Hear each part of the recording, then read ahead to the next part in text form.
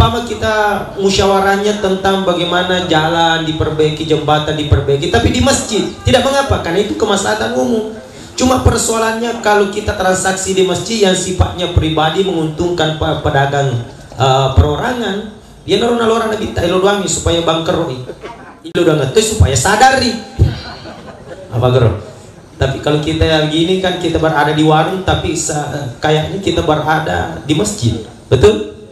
Kita berada di warung makan, tapi kita hadirkan suasana masjid di warung ini. Semoga warung ini Allah berkahi insyaallah. Amin. Wallahu a'lam bishawab.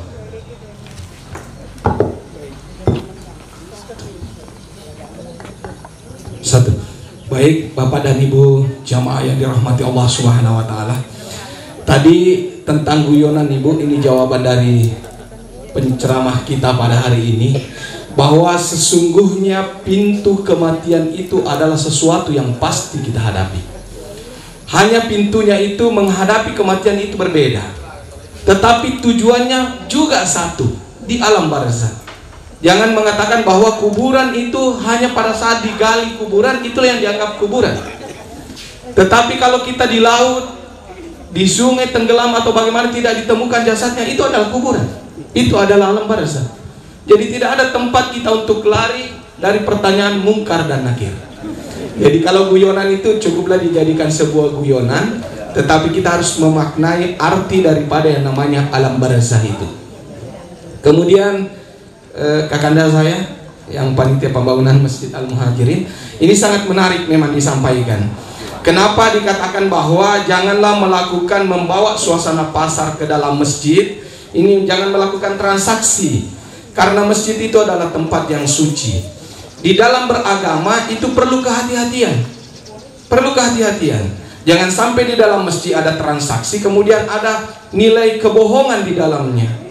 Seumpamanya yang tadi transaksi kudung atau apa, saro di 10 sebu, nah wadah ngopi si bawana, maka dah Yakob ada di jamaah itu 5 sebur via namuye itu sebenarnya gagan usaro. Nah ini kan serba kehati-hatian, makanya ada rambu-rambu di dalamnya. Rambu-rambu di dalam itu, bahwa kalau mau kita bertransaksi di luar masjid Miki, ini juga dimaknai bahwa masjid jangan sampai kita kira masjid itu adalah semua yang berada di lokasi masjid. Tapi dikatakan tadi ya Al-Ustaz, bahwa sebenarnya masjid itu lokasi masjid adalah bangunan masjid itu. Tetapi lokasi masjid kalau di halaman masjid ini banyak kita jumpai, silakan, karena itu adalah urusan dunia kalau kita sudah keluar dari masjid. Jadi ini kalau dikatakan tadi bahwa memang diberikan rambu-rambu jangan melakukan transaksi di dalam masjid, perniagaan di dalam masjid, ini kehati-hatian. Kehati-hatian. Jangan sampai ada nilai fitnah, ada nilai kebohongan. Sudah mikir transaksi, tasaro nih 10 sebu sebenarnya kerkudungnya. Tawadasi para anggota maka dah ya aku pada di mana tuh sebenarnya dia majami lono sumbangan padahal tasaro di 10 sebu.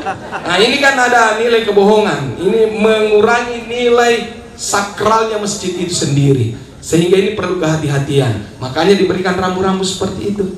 Inilah maknanya kita pada hari ini melakukan kultum agar apa yang kita tidak ketahui itu bisa kita ketahui.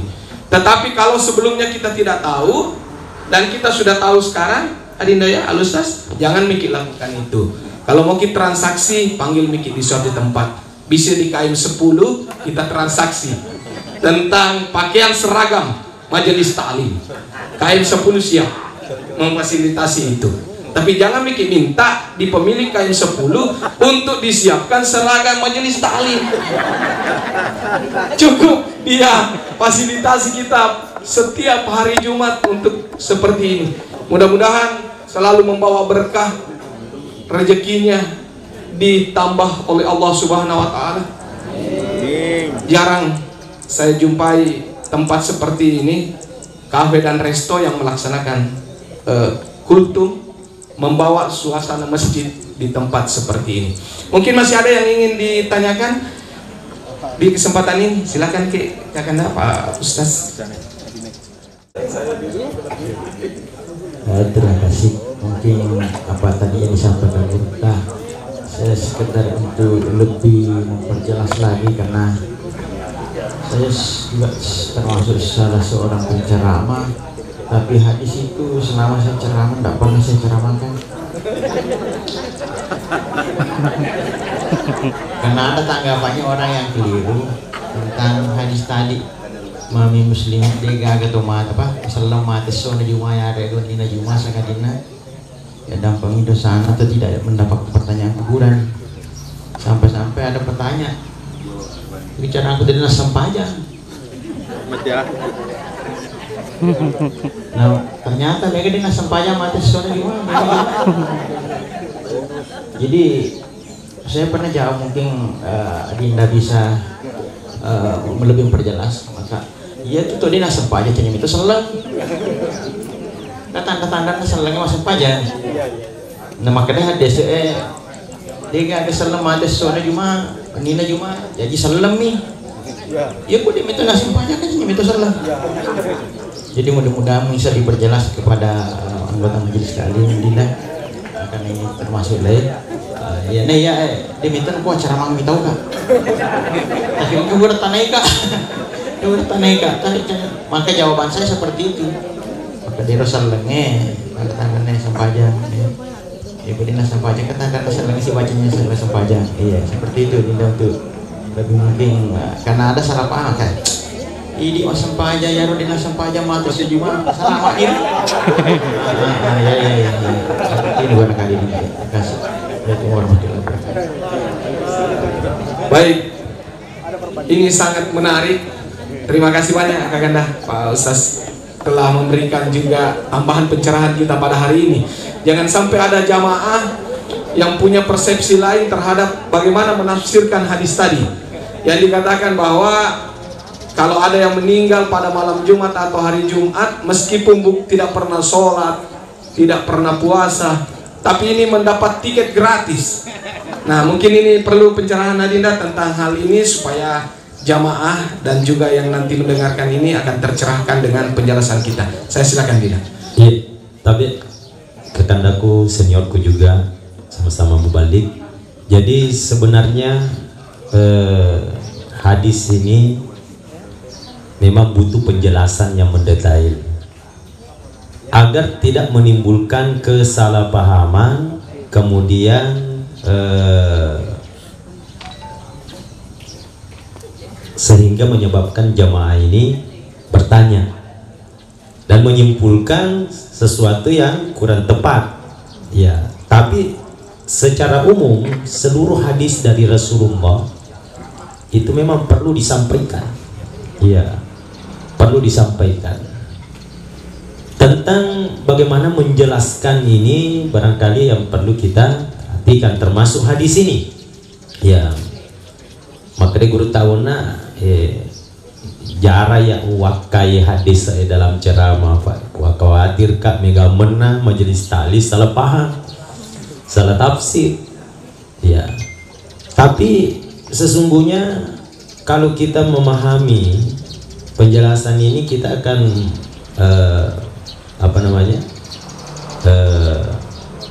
mendapatkan sesuatu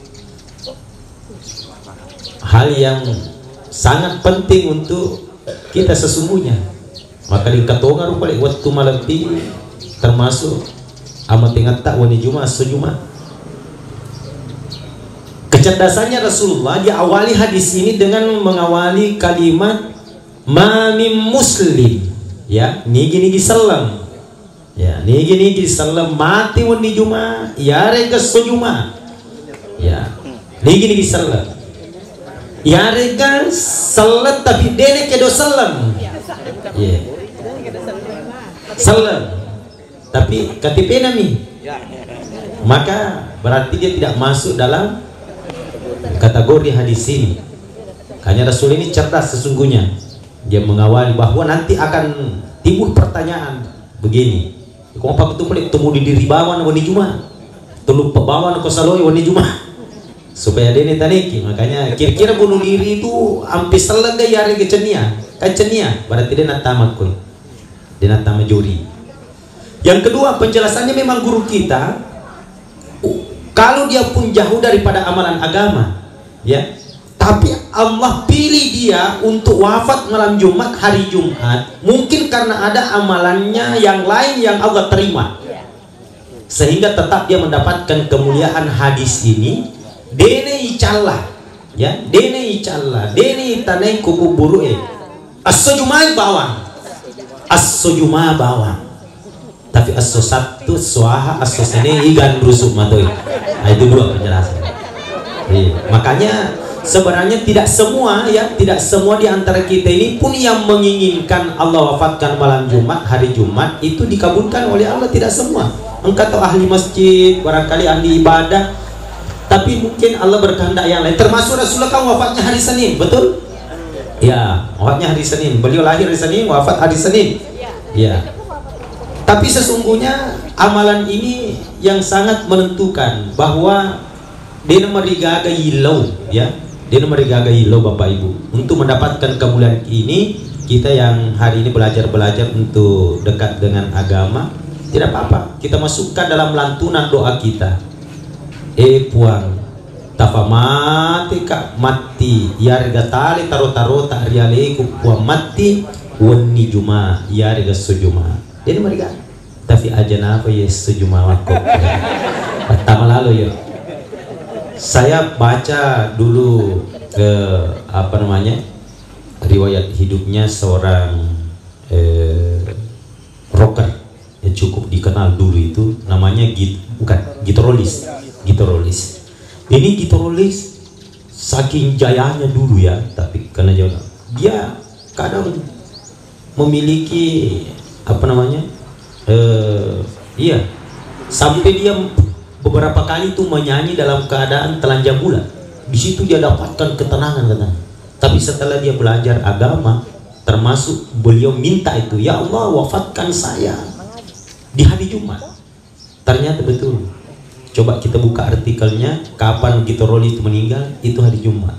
Dan luar biasa. Begini Bapak Ibu, Allah Subhanahu wa ta'ala ketika memilih seorang hamba itu wafat malam Jumat, hari Jumat, kenapa kemuliaannya luar biasa begini?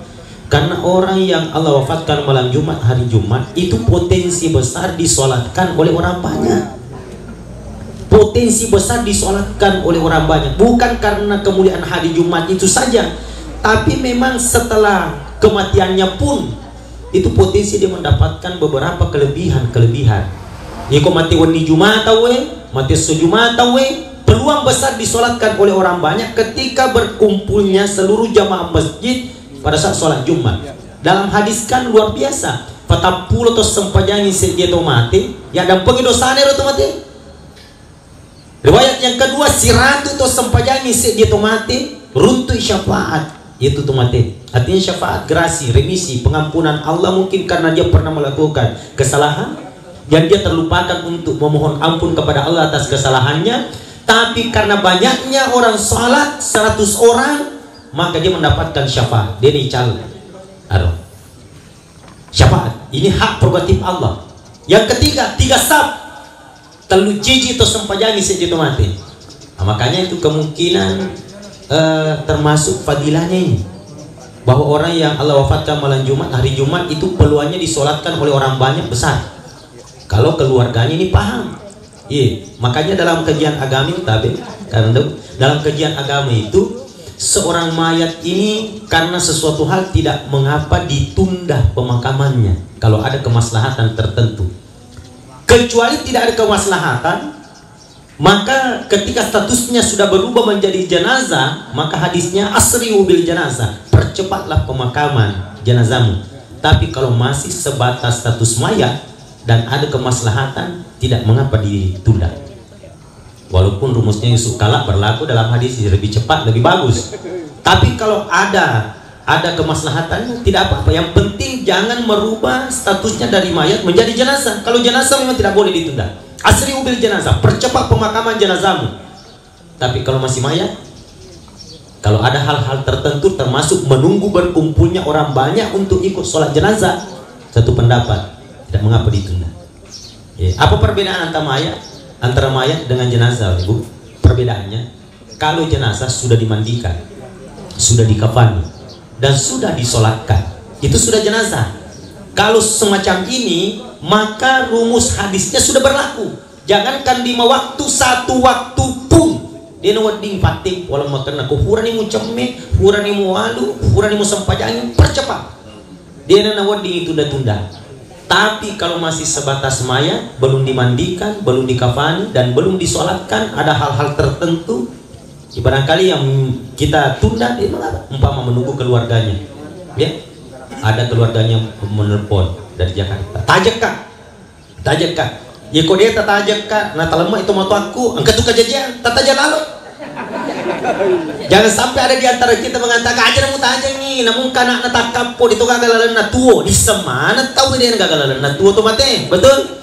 Tapi persoalannya ini kan dalam kajian usul fikih ada namanya kemaslahatan, selalu meninjau kemaslahatan. Mage kiri-kiri ikung kanak nama caitongan, hah?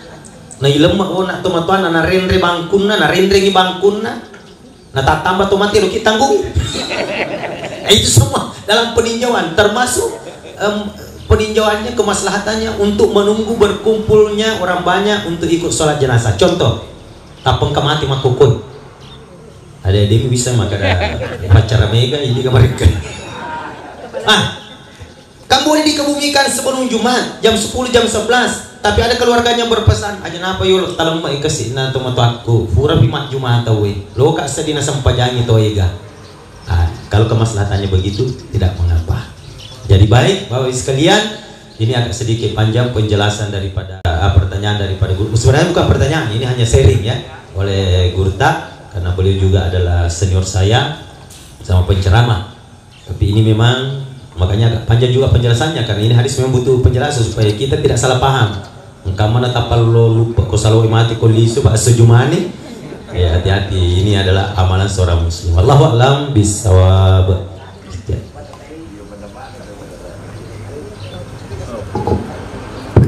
Ya, apa yang disampaikan oleh Adinda Al-Ustaz terkait tadi masalah yang meninggal di malam Jumat dengan hari Jumat. Memang di dalam hadis tadi seperti juga disampaikan dari guru tadi bahwa ini memang harus kita hati-hati dalam memaknai. Tapi di dalam hadis dikatakan bahwa hadis ini untuk muslim. Bagi yang tidak muslim, tidak boleh berlaku hal ini. Memang Anda sudah bebas gratis untuk tidak diperiksa, tapi tujuannya juga ya neraka yang akan tujuannya. Karena memang sudah bebas. Ibarat begini Bapak dan Ibu jamaah yang dirahmati Allah Subhanahu wa taala. Ini juga memang banyak pertanyaan. Bahwa banyak orang muslim berdoa pagi, petang, siang dan malam, ternyata doa-doanya itu seakan-akan tidak dikabulkan dan tidak dijawab oleh Allah Subhanahu wa taala. Ini jangan kita langsung suudzon dengan hal tersebut. Kemudian ada orang yang bukan muslim tetapi mendapatkan seakan-akan lebih daripada kita. Jawabannya begini Bapak dan Ibu. Kalau kita orang muslim itu, ini kita masuk dalam sebuah ujian. Ibarat anak sekolah, kita masuk di dalam ujian. Yang non muslim itu memang tidak masuk ujian. Tidak masuk ujian. Yero gurunna ni tete bawa meni. Lokot taman tanya metoko peserta ujian. Akhirnya nanti kalau dibagikan kelulusan itu dia tidak dapat ijazah. Tidak dapat ijazah karena memang bukan peserta ujian. Tidak, dilihat-lihati saja di luar. Tidak masuk di dalam peserta ujian.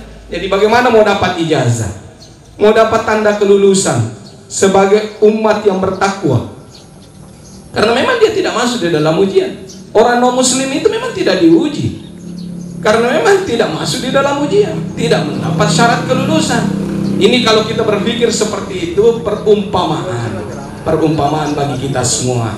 Jadi memang tadi makna daripada hadis tersebut memang kita harus hati-hati menyampaikan, dan ini harus punya kapasitas ilmu untuk menyampaikan hadis ini. Karena kalau ada tanggapan seperti itu, saya juga tadi berpikir bagaimana harus menjelaskannya. Tapi ada pencerahan dari Kakanda Andre Gurta tadi sudah katakan, dan adinda saya yang mengatakan seperti itu, bahwa ini terkhusus untuk muslim. Kalaupun ada yang non muslim meninggal di malam Jumat, hari Jumat, ini to menibawang maknai bagaimana dia meninggalnya itu. Jadi Bapak dan Ibu, tadi juga disampaikan bahwa orang yang meninggal itu semakin banyak yang sholat itu, semakin banyak berkahnya. semakin banyak amalannya yang kita ambil. Ini juga contoh Bapak dan Ibu, terutama Bapak-bapak, kalau kita menghadiri sebuah acara seperti itu, ada tempat berduka, biasa kita siobi-obi untuk mensolati jenazah. Ya Adinda, seandainya kita tahu bagaimana besarnya pahala yang kita dapatkan di saat kita mensolati jenazah, itu kapan barangkali kita berlomba untuk melakukan sholat jenazah itu. Kalau kita tahu betapa besar pahala yang kita dapatkan kalau kita mensolati jenazah. Dan ini juga Bapak dan Ibu, terutama Bapak-bapak yang hadir di tempat ini, makna daripada yang namanya berjamaah di masjid. Banyak contoh yang sudah diperlihatkan kepada kita.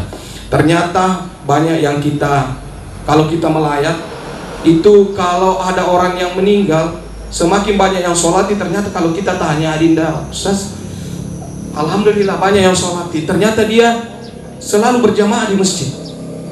Kemudian ada juga jenazah, biasanya si tengah mati ini siobi-obi akitowi bola melu sumpajan si di dua mimelo-melo.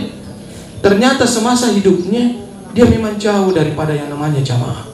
Jadi ini menjadi pelajaran bagi kita semua. Mudah-mudahan ada hikmahnya yang kita bisa petik dari kejadian-kejadian seperti itu. Masih ada mungkin yang ingin menambah, yang ingin bertanya?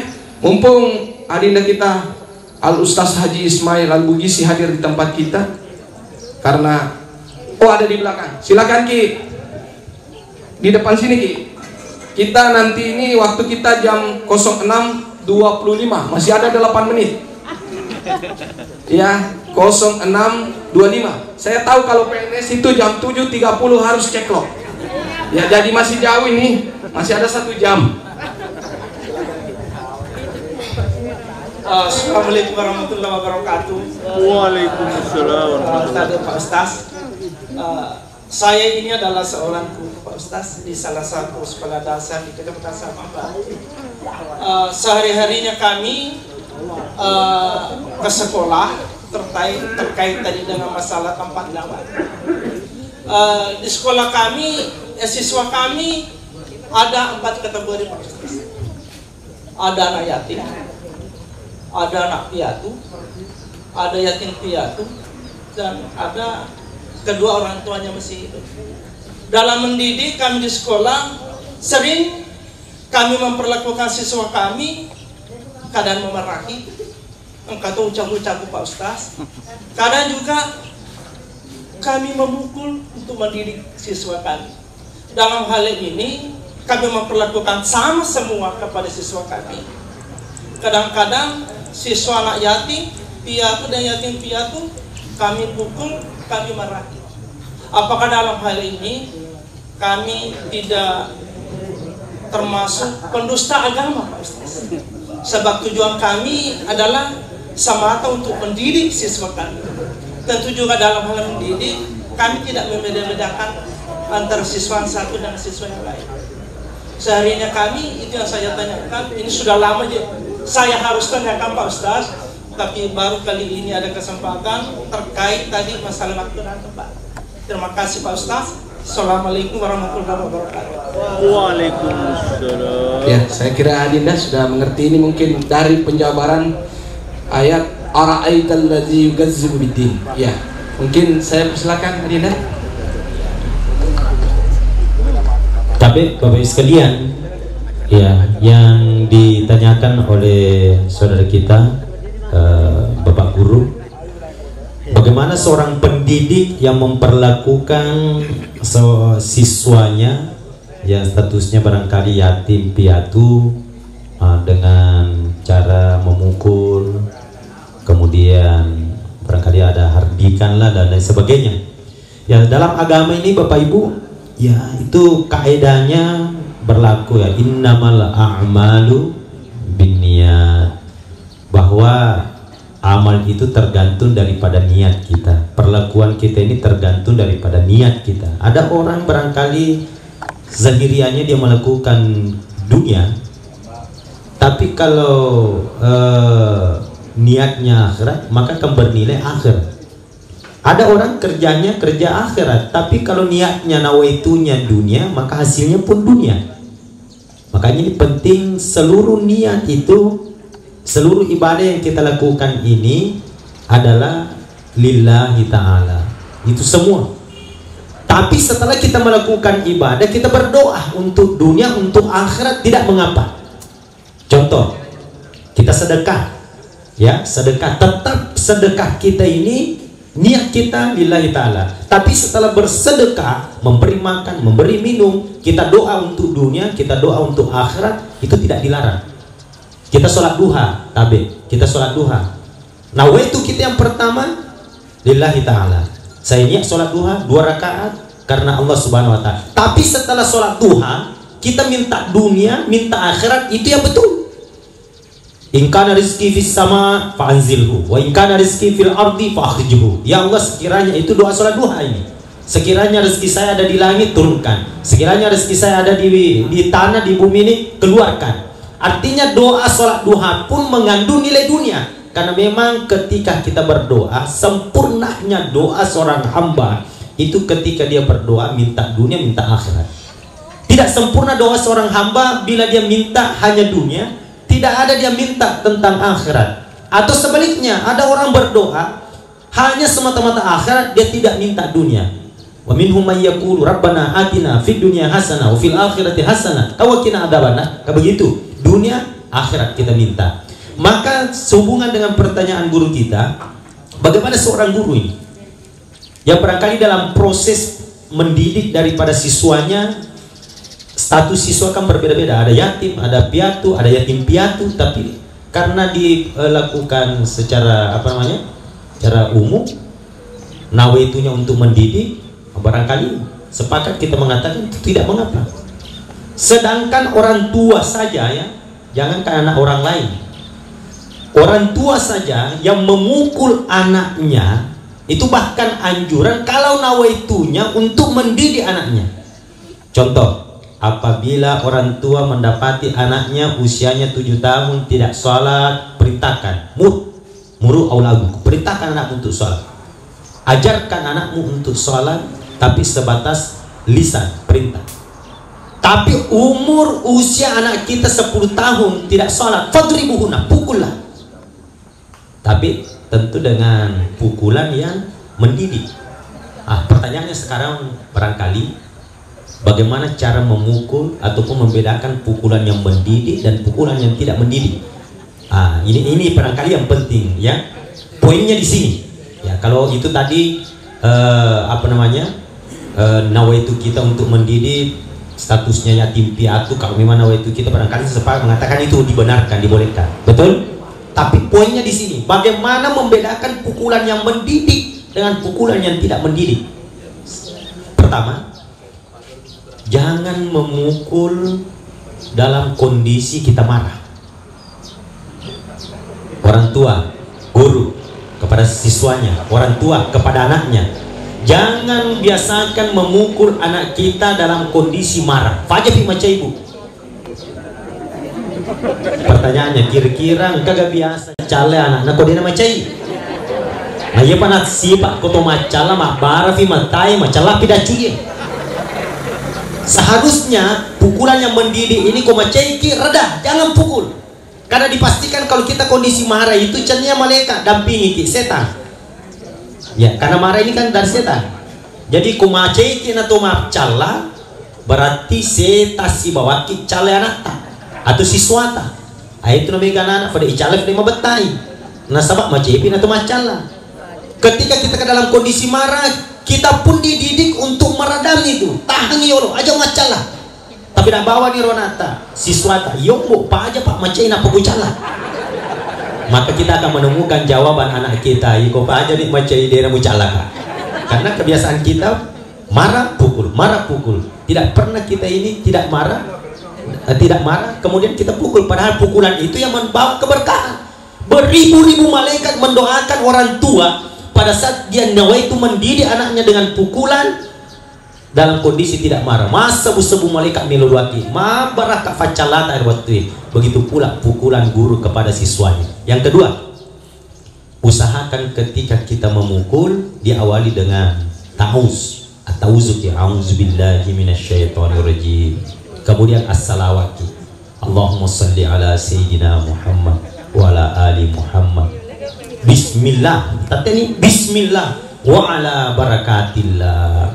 Jadi ada dua, at-tawusuki, as-salawaki, kemudian Bismillah wa ala millati Rasulillah atau ala barakatillah. Bahwa kita pukul karena perintah Rasulullah sallallahu alaihi wasallam.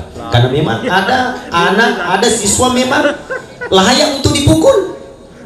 Seorang istri pun, seorang istri ini kepada suami, ya suami istri maksudnya, seorang suami dilarang memukul istrinya di daerah-daerah tertentu. Tapi ketika seorang istri melakukan kesalahan-kesalahan tertentu, maka ada anjuran untuk pukul. Tapi hindari memukul daerah-daerah tertentu, termasuk wajahnya. Apa angkamet kobe ini? Lo memang topi ketidak culinan apa sadar? Anang kabenya di konan nah. Abinena ya rode karena joka hadir kemarin kali ingat tuh kilometer 10. Wallahu alam bisawab. Jadi tabe guru saya persingkat gurunda. Nawaitu kita dibetulkan. Kemudian jangan memukul pada saat kondisi marah. Kemudian dengan doa taus, salawat. Kemudian bismillahirrahmanirrahim. Teruskan itu insyaallah. Semoga pukulan kita membawa berkah untuk siswa dan anak-anak kita insyaallah. Amin. Baik Bapak dan Ibu sekalian para jamaah yang dirahmati Allah Subhanahu wa taala, karena waktu kita ini tinggal sudah lebih 2 menit. Ternyata hanya sampai 25, sedangkan sekarang 27. Tadi itu adalah ditanyakan oleh Gurunda manifestasi dari surah Ara'aital ladzi yukadzibu bidin. Tahukah kamu orang yang mendustakan agama? Ara'aital ladzi yukadzibu bidin wa dzalikal ladzi yad'ul yatim, yang menghardik anak yatim. Wala yahud wala tuamil miskin, dan tidak memberi makan kepada fakir miskin. Itu yang ditanyakan Dinda. Tadi sudah diberikan penjelasan bahwa kalau kita pun ingin memberikan pelajaran kepada anak kita, itu jangan dalam keadaan emosi dan jangan dalam keadaan marah. Bahkan di dalam memukul pun kita harus ada doanya. Seperti itu.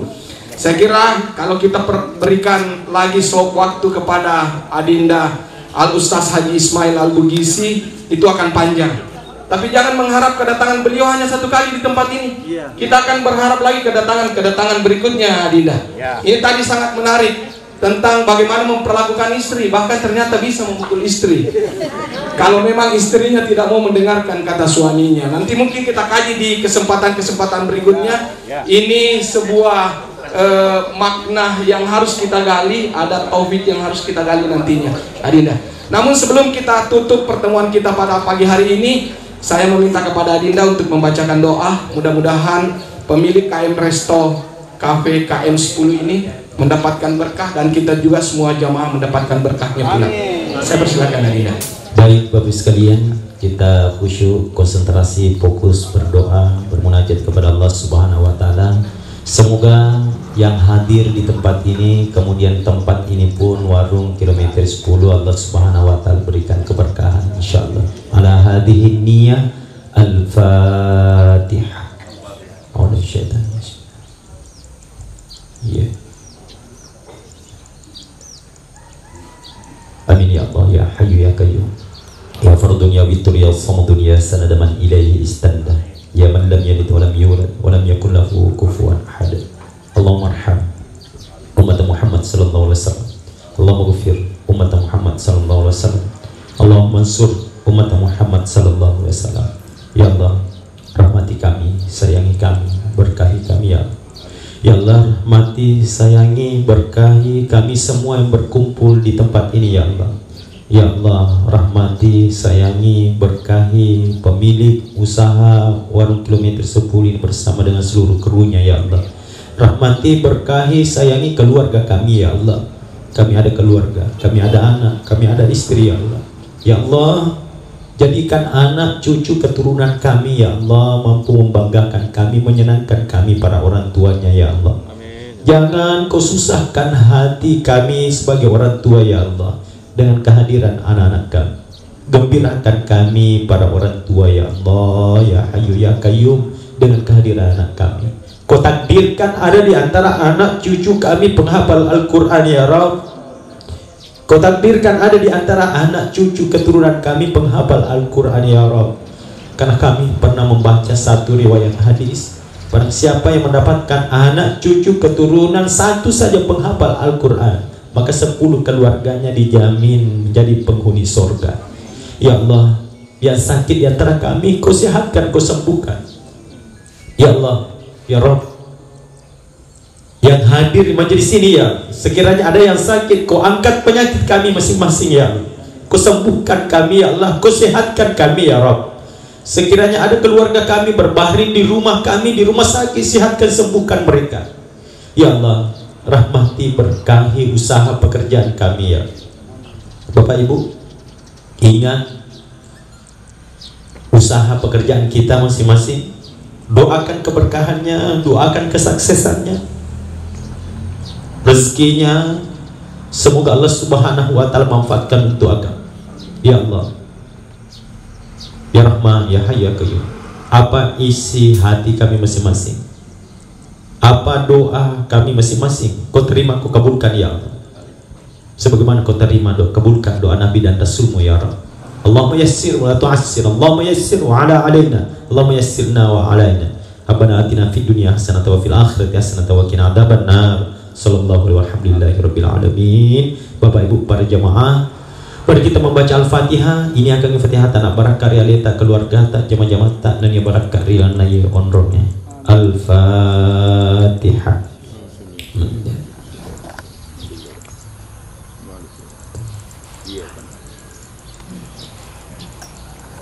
Sekian, subhanakallah bihamdika asyhadu an la ilaha illa anta astaghfiruka. Assalamualaikum warahmatullahi wabarakatuh. Para jamaah yang dirahmati Allah Subhanahu wa Ta'ala, saya Haji Risman Lukman sebagai moderator pada hari ini menyampaikan terima kasih banyak kepada adinda saya Al Ustaz Haji Ismail Al Bugisi SAG. Begitu pula juga kepada pemilik kafe dan resto KM10 saudara saya Bapak Rahman Rahim beserta Ibu Yuli Rahman yang telah memberikan fasilitas lengkap kita pada kesempatan hari ini, dan kepada jamaah yang sempat hadir pula di tempat ini. Terima kasih banyak atas kehadirannya. Jalan-jalan ke Sabang Paru, jangan lupa ke KM10. Sungguh indah Taman Kota Baru. Ternyata gagasannya datang dari pemilik KM10. Masya Allah, mantap. Jika pernah melirik wajah baru, Mantap. wajah lama dilupakan jangan. Terima kasih. Jazakumullah khairan kasiran. Fastabiqul khairat nun wal kalamin wa ma yaskurun. Wassalamualaikum warahmatullahi wabarakatuh. Waalaikumsalam warahmatullahi wabarakatuh.